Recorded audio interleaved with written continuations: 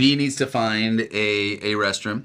Sydney's character's name's B. Needs to find a restroom, and there's a long line at the cafe, and I just happen to be there at the front of the line, offering my ability to have access to a bathroom key. I personally think it's one of the better rom-com meet cutes out there. Sydney's really great in this. Uh-huh. She knows how to do comedy with an air dryer like I've never seen anyone do before.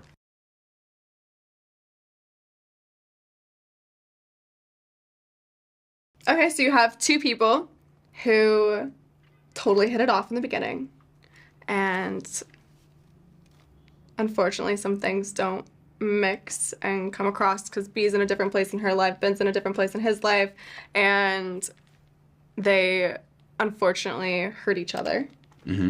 And then they are forced to go to best friend, sister's wedding, see each other again, and they're ruining the entire thing. So they have to fake be in love with each other to try and make it all better. And then they fall in love. And then they fall in love. That was sort of like my half that I was going to contribute. I know. Well, you never came in. I was just waiting for you to come in there. Took my line, so. Came in.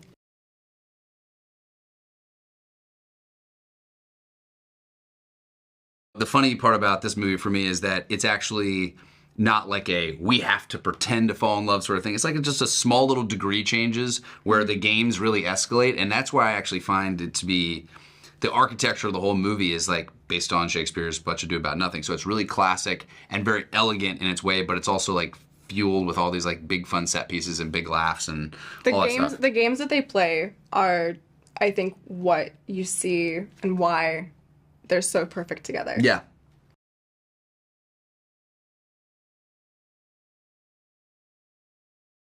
I mean, we definitely hit it off really quickly, and I think that while we were filming it, we were like, I feel like everyone's going to feel what we feel. We had so much fun.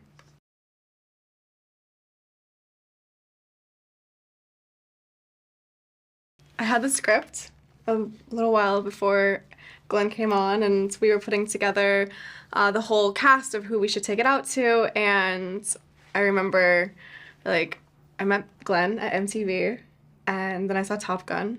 I was like, maybe we should talk. And so we had a Zoom, and I pitched him the whole concept of the film. And this was before we had a director. We sold it to Sony. Like, it was just a spec script. And so I had him read it, and he liked it as well. We both share just the love of rom-coms and the nostalgia factor, and we just want to bring people joy and happiness. And so he came on board, and then we took it to Will, and Will Gluck, our amazing director, came on board and sold it to Sony, and now we're here. Yeah.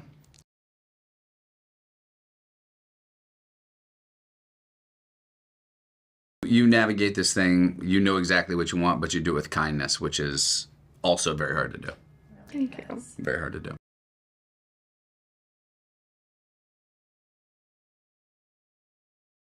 I fell in love.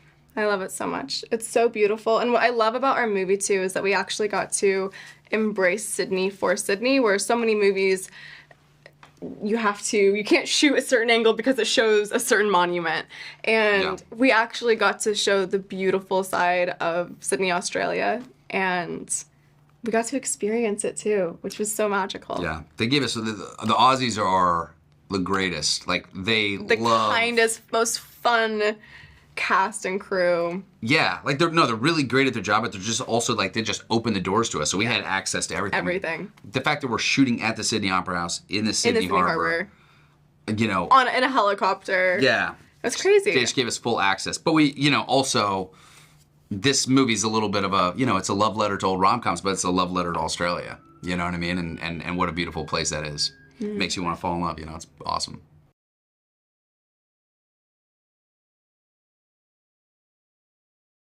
We have one of the best casts, I think.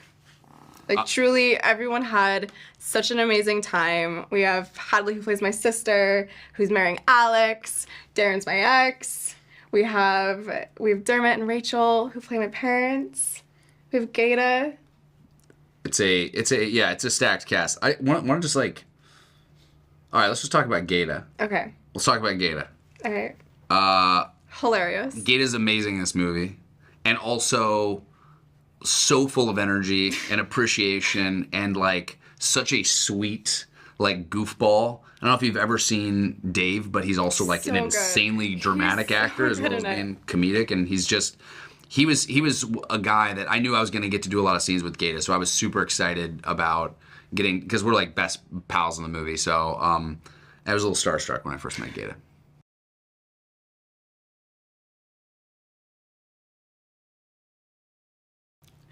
And then let's talk about Hadley and Alex. Hadley and Alex. Mm-hmm.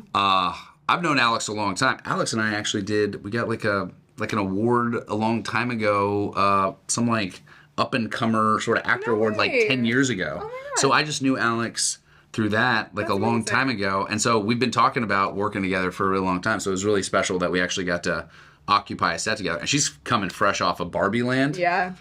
You know, she's got that. So proud of her. She's got that Gosling and Margot Robbie dust all over her. She killed it. You know, she killed it. And yeah. And she was so fun to hang out with too. She was always a good buddy to just. She is funny. She's really funny. She is a really funny actor. And then Hadley is so fun too. She's just, I mean, the sweetest, most honest, and crazy person. I think the funny part about Hadley and Alex is also their characters are flipped. Yeah. Yes. That's what, when we were filming, we were like, huh. That's funny. Like, Hadley's more like Alex's character in real life, and Alex is more like Hadley's character in real life. And halfway through filming, I remember we were with Will, and we were like, interesting. Yeah, it's really funny because Alex is fun and spontaneous, a free spirit. Yeah, and Hadley is legitimately like kind of like the maternal instinct of everybody. He's always protecting everybody and caring for everybody, which is literally those two characters are completely opposite of who they are. Yeah, she called me, "You okay?" Yeah, which is great. Yeah. But you know that honestly, their relationship has to work so well in this movie. If you don't root for that marriage, you don't have stakes. Yeah, so they just did such a great job and are just so lovely as people that you want to root for us to not ruin their wedding.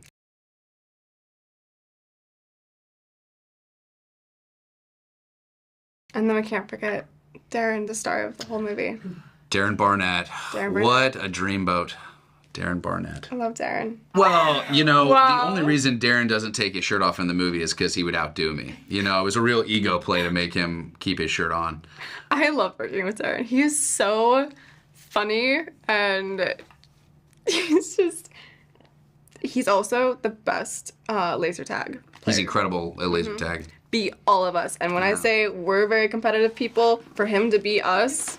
Yeah. No, he's a little athlete, and also has a very passionate fan base. When we went to that amusement park. Oh yeah. We went to an amusement park. They love Darren. Man, we could not stand in a line without Darren fans coming. We're like, Darren. I'm like, bro, you gotta go off and ride rides by yourself. I got stuff to do here in this amusement park. Can't just be signing autographs with you all day, taking your selfie, taking your pictures. That was the best, was people asking, like, Glenn or I, can you take the picture with, for us? For Darren, I'm just like, spend all day in an amusement park taking pictures with Darren's fans. We should have started selling them. We should have. Yeah. No.